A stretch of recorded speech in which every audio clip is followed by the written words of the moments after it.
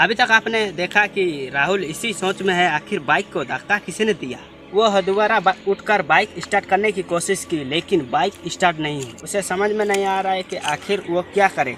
ठंड भी बहुत ज़्यादा थी और आसपास जंगल था। वह जंगल की तरफ चल देता है अपने बाइक को धक्का लगाते हुए। अतः अंत में एक घने पेड़ के नीचे बाइक खड़े करके आराम करने लगा। उसने रात का खाना खा लिया होता है और उसे खाने की चिंता नहीं होती है। सिर्फ यह फिक्र हो रहा है कि आखिर घर वाले परेशान हो रहे होंगे। वह अपने मोबाइल फ़ोन जेब से निकालता है और घर वाले के मोबाइल पर डायल करता है। आखिर नेटवर्क काम नहीं करता है।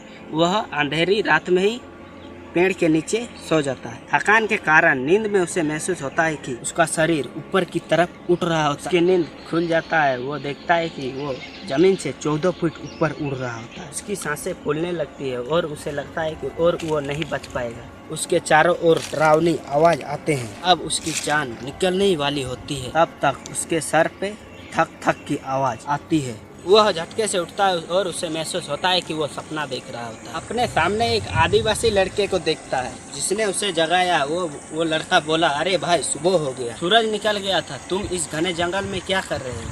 इतनी देर से तुम्हें जगाने की कोशिश कर रहा था। राहुल अपने आप को संभालता है और बताता है कि मेरी बाइक खराब हो गई थी, मैं यहाँ आकर सो गया। वो उसे ज्ञानपुर का रास्ता पूछने लगा और मैकेनिक के बारे में पूछता है। वो बताता है कि ज्ञानपुर यहाँ से 40 किलोमीटर दूरी पे है। आप गलत रोड पर आ गए हो। आप एक काम करिए, आप मेरे घर चलिए।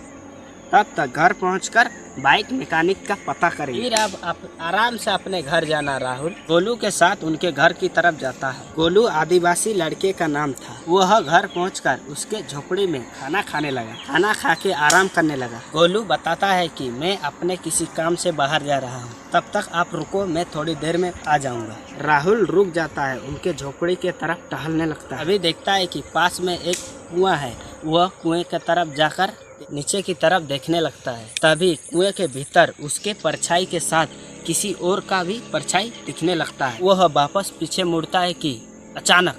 आगे की कहानी जानने के लिए पार्ट 3 देखें।